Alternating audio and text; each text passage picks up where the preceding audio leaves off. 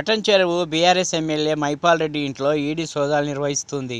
అతని కుటుంబ సభ్యుల ఇళ్లలో కూడా తనిఖీలు చేస్తున్నట్టు సమాచారం.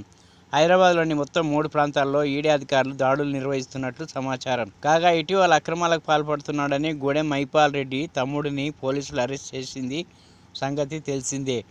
ఈ కేసులో బెయిల్పై మైపాల్ రెడ్డి తమ్ముడు విడుదలయ్యాడు.